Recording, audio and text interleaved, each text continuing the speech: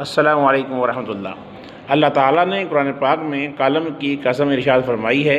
ارشاد ہوا والقلم وما یسطرون، قلم اور ان کے لکھے ہوئے کی قسم۔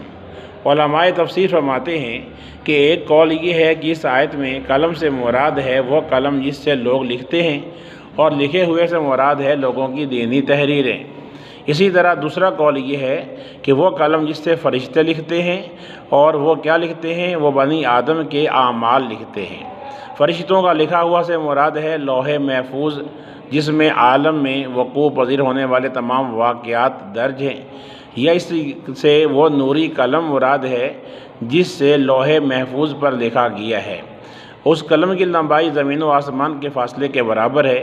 ان کے لکھے ہوئے سے مراد لوح محفوظ پر جو کچھ لکھا ہوا ہے وہ ہے۔